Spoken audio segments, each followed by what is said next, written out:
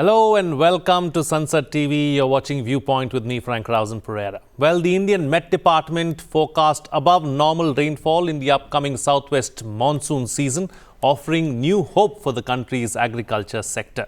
The southwest monsoon spans from June 1st to September 30th. A strong monsoon forecast brings optimism for agriculture, rural demand and inflation control across the country.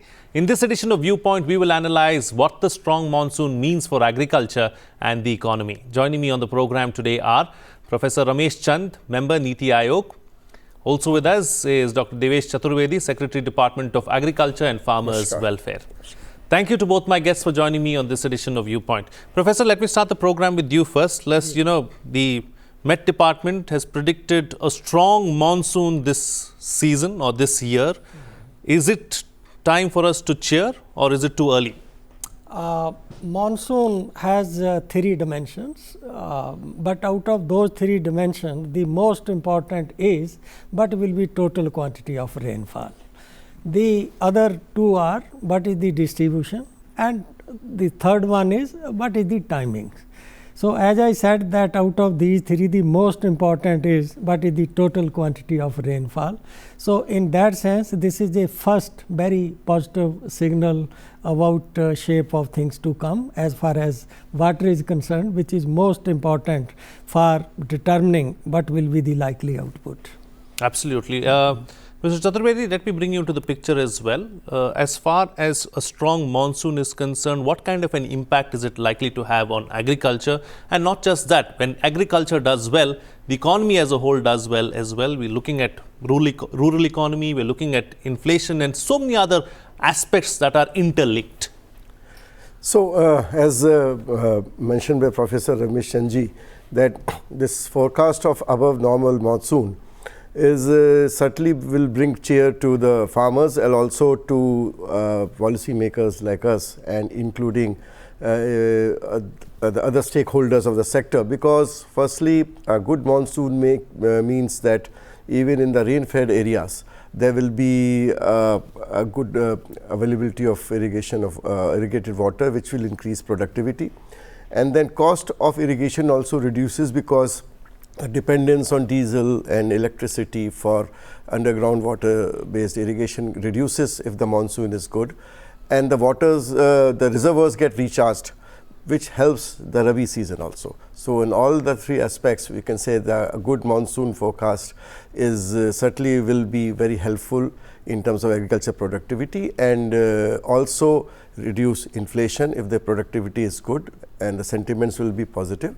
Of course, we have to see whether the distribution is even all across the country, and we have to be alert in local pockets of and some sort of uneven rainfall if that happens in future. Absolutely. Professor, that is a very important point to note, isn't it? The distribution of rainfall. One is the quantity, the other is the distribution as well, and whether that rainfall is going to be over a period of 3 months, whether it is going to be massive rainfall for 15 days and then no rainfall after that. All these things also come into the picture, isn't it? Because if you look at the IMD, it has said that maybe Tamil Nadu might not receive as much rainfall as it did last year, but Marathwada, Maharashtra and that particular region is going to receive more than adequate rainfall. So distribution of rainfall too is very key. Yeah, it is, and again distribution has two dimensions. One is in terms of timeliness. Whether in the beginning you have deficiency, but in the middle and toward the end you have very heavy rainfall. That is one dimension which can spoil the cheer. The second is what Chaturvedi ji mentioned, this spatial distribution, as you also mentioned, but that is a bit complex. If we have above normal rainfall in the areas where we normally get low rainfall, it acts as a positive. But if in the high rainfall area where we have regular floods, there even if there is slight deficiency, that may be welcome kind of things. So, as far as this spatial distribution is concerned, it is with complex kind of things when it comes to how monsoon will unfold itself. But third dimension, which is important from department point of view, that now, since we know that we will have more than normal kind of rainfall, it set the process in motion that will full enthusiasm. They should arrange seed, they should arrange fertilizer, all those kind of things. As of now, I think we cannot say with high confidence whether it will come hit Kerala on 1st of June or it will be little delayed. So that is another dimension. But as I said in the beginning, the studies show that the total quantity of rainfall at the end turn out to be the most important dimension of the three dimensions of rainfall.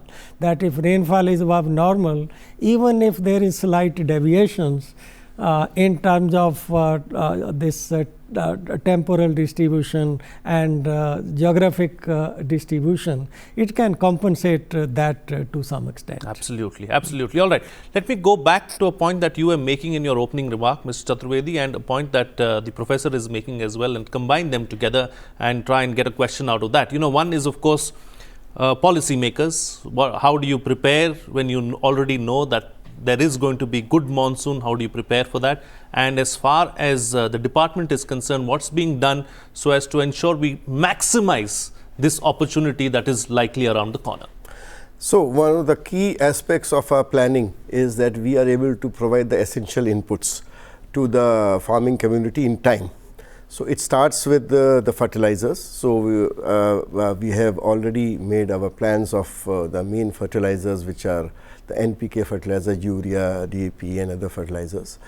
Then and to have those reach the districts and at the retailer level as early as possible, so that when the farmer needs it, it is available in adequate quantity. That we have already on the job with the Department of Fertilizers. The second aspect of input is the seeds. So the high quality, high yielding variety, hybrid seeds, they need to be there both from the private sector and from the government sector in time, so that as soon as the transplanting, the preparation of nursery for paddy starts or sowing starts, the seed should be made available to the farmers. And that, of course, is something which we monitor with the states also, because it is the states who make available the seeds through various agencies, through the private sector and the state seed corporations and national seed corporation and other agencies. And the third aspect is the irrigation of water management, where we have to ensure that adequate electricity is available in rural area, apart from the canal irrigation, which should be cleaned before the actual requirement starts. So all these are apart from other inputs, these are the three crucial inputs which are required to be planned.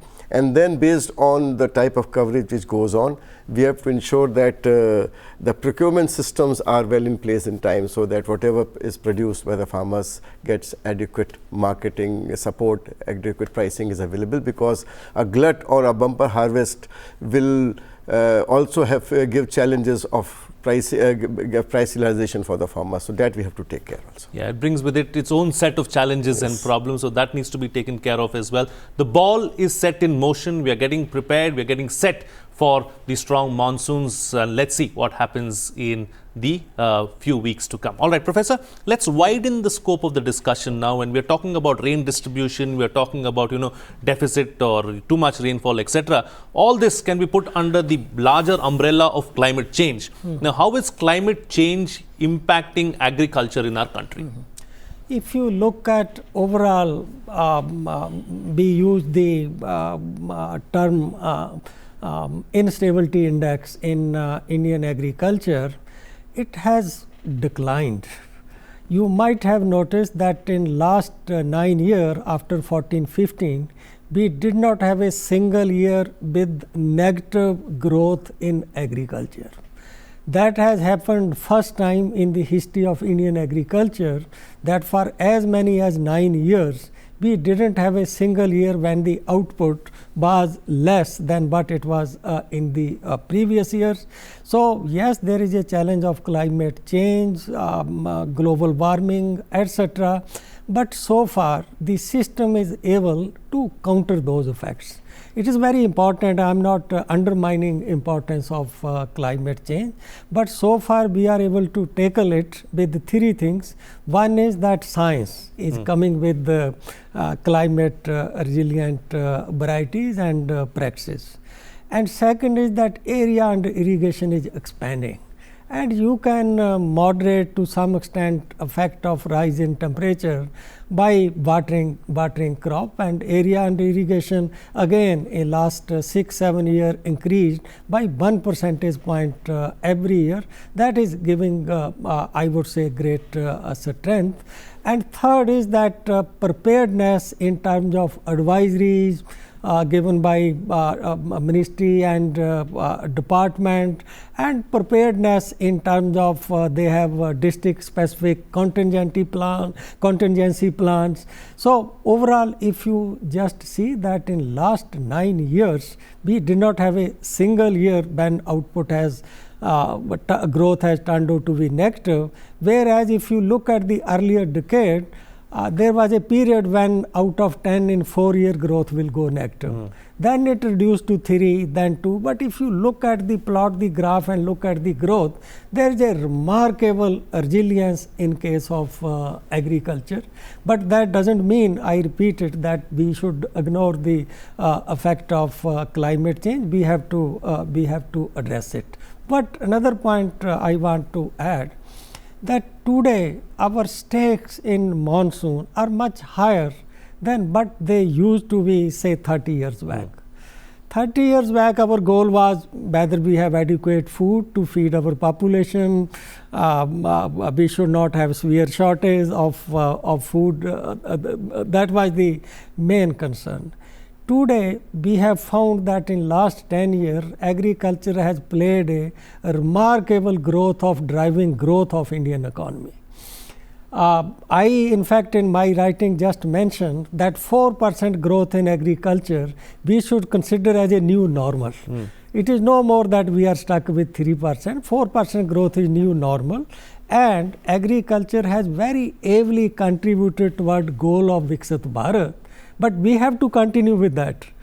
And if there is a bad monsoon, then I think this role which agriculture is playing, that ultimately we need to raise growth to 5% to achieve the overall growth of 7 to 8% in Indian economy. So because of that, our stakes are also high now. Absolutely. The stakes are high. Climate change is a serious issue. We have insulated ourselves thus far, really, as far as climate change is concerned, but we have to be better prepared. Mr. Chaturvedi, how can we be better prepared as far as climate change is concerned? What further steps can we take? Because you never know, there could be a catastrophic event sometime in the near future. It's always good to be prepared. So as Professor Saab mentioned, that in last 10 years there has been resiliency in terms of productivity. Now it has not happened just like that. It has been a concerted attempt, and one of the very successful attempt has been for our institutions to develop climate resilient seeds. So we have seeds of, for example, paddy, which not only are resilient to drought, but they are also resilient to waterlogging. The same seed. So that sort of, and same thing has happened in pulses, oilseed and wheat also. And adoption of these climate resilient varieties by farmer has been very quick, very fast. In fact, because of those two heat waves which happened in 2022 and 2023, the wheat production was impacted very slightly, but it was more because the farmers adopted those climate resilient varieties very fast. So that is a constant research is going on, constant development, and our job is to ensure that that research which brings out new seeds goes into the seed chain to the farmers. Apart from that, water user efficiency is another very important aspect, that whatever water is available, whether it is canal based or surface or water based or whether it's underground, it should be judicially used.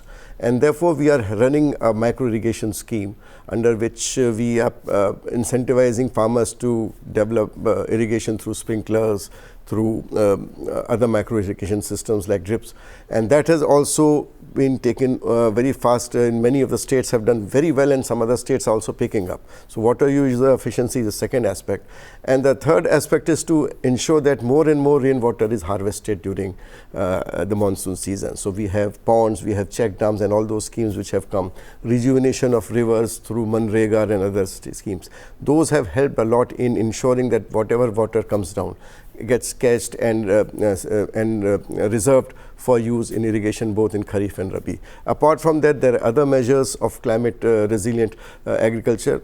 India has adopted mitigation as a strategy, but only voluntarily, but it is more in terms of adaptation. So adaptation is something which we are doing. Mitigation is voluntary, because that is something which is with no sort of targets of cuts, but we are ensuring that we will also mitigate we will have more sustainable agriculture for long-term sustainability. Absolutely. Talking about sustainable agriculture, Professor, what more needs to be done, do you think, so as to ensure that our farming is far more sustainable? Because we are seeing with each passing year, climate change, I mean, I'm sorry that I keep bringing it up, but it is a serious issue. So how do we make our farming more sustainable? Yeah. There are again very large number of ways in which we can promote sustainability. The most important is diversification. The vulnerability of different crop and different segment of agriculture, it varies to a natural event. So as Indian agriculture overall, not only within crop sector, is getting diversified. The share of livestock in output is increasing, share of fishery is increasing. So we know that the highest effect of monsoon is first seen on the crop sector, then on livestock and fishery. So once an economy get diversified, this is one way that you ensure that vulnerability is reduced. Even within crop, you just find that share of non-cereal crops, horticulture crops is increasing in the total output of crop sector. That is, I would say, again another dimension through which we can improve sustainability, at least of output and growth. Again, there are so many. Another is that if you look at areas sown in Rabi season, that is increasing. Share of Rabi season crop in the total crop output is increasing. It is not only earlier dominance of a Kharif season. These are just general ways. But along with that, if we are promoting both modern input as well as traditional input, agrochemical and bio input. For example, if a farmer meet a requirement of nutrition through a combination of inorganic fertilizer like urea, DAP, etc., plus farmyard manure, then you will just find that vulnerability of that crop will be considerably reduced compared to if a farmer is using only agrochemical. Then there are many other methods suggested that we should move toward cropping system approach to the extent possible. Go for as possible natural method of farming also, which are generally more resilient. In some cases yield is a issue. So sustainability is I would say much more challenging kind of jobs, but efforts are being made that now along with the growth we also pay attention to sustainability. Absolutely. And today we are in a position to even have some trade-offs. We have reached that situation because we are now food surplus. We are in that positions. So some work is already happening. We are getting some studies, some success stories, that there are examples of very successful sustainable practices. But overall, this sensitization and realization is happening, and I would say that slowly the mainstream agriculture is also realizing it and gradually moving in that direction. Absolutely. So things are looking up really as far as agriculture is concerned. We are moving in the right direction is what Professor is suggesting. All right, Mr. Chaturvedi, another aspect, since you brought up the rainwater harvesting, rejuvenation of water bodies, ponds, etc. Now that is also an important aspect, because about 60% of our farming is dependent on monsoon and rain fed really. So what more needs to be done? How do we ensure that we become far more resilient really as far as the need for water is concerned? So as mentioned, there are different forms of irrigation, and then there is rain-fed irrigation, so rain-fed agriculture. So in rain-fed agriculture, till the time there is a surface water canal system which can come, which may happen some place or which may not happen in some place.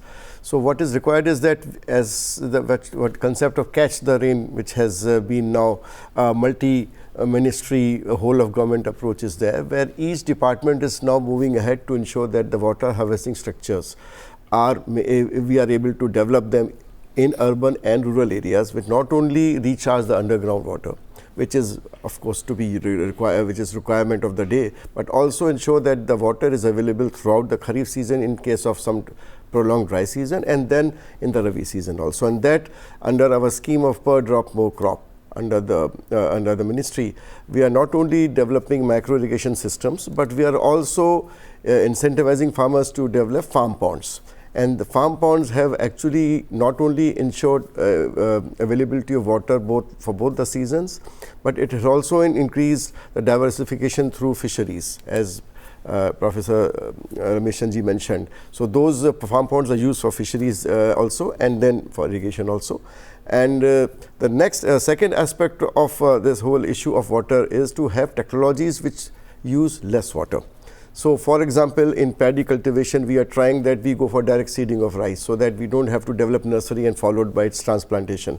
There are other methods by which less water, it's not required to flood the paddy fields all throughout the season. So farmers are adopting those sustainable practices. And the third aspect is for crop diversification wherever possible, where we convert those crops which are having more water intake into those crops which are less water guzzling. That also is a policy we are promoting. But more important is those crops like sugarcane and paddy, which traditionally are using a lot of water. We can reduce it using these new techniques of macro irrigation and other. So that farmers are slowly getting aware about it, and they are undertaking those activities to ensure that less and less water is used, especially if it is an underground or even canal water, because flood irrigation is something which actually wastes a lot of water. Absolutely. All right. New technology, new techniques being used as far as agriculture in the country is concerned, and we are building to become far more robust. Time to get quick closing comments from both my panelists with the what next and the best way forward. Professor, starting first with you. Yeah, I would say that we are comfortable on growth front now. We should pay more attention to sustainable use of water, sustainable use of land, biodiversity, and those kind of things, because they matter for the long run. We should not be sacrificing long run for short run. And Mr. Chaturvedi, close the show for us with your concluding remarks. So good monsoon means we have to ensure that challenge of input is met, and marketing and price realization, and also ensuring that while today the water may be available, but long-term sustainability is always kept in sight of, even if the monsoon is good and enough water availability is there. Absolutely. Very rightly said and very rightly put. All right. On that note, we'll have to call it a wrap on this edition of Viewpoint. I'd like to thank both my guests for joining me on the program and putting things into perspective for us. What's coming out of this discussion is that a strong monsoon is definitely a reason to cheer, and the ministry and department are doing everything that they possibly can to ensure that we make the most of the strong monsoon and prepare in the best possible way. Growth is no longer a challenge. What we need to focus on is sustainability, and that's going to be key in the future. With that, it's a wrap. See you again next time.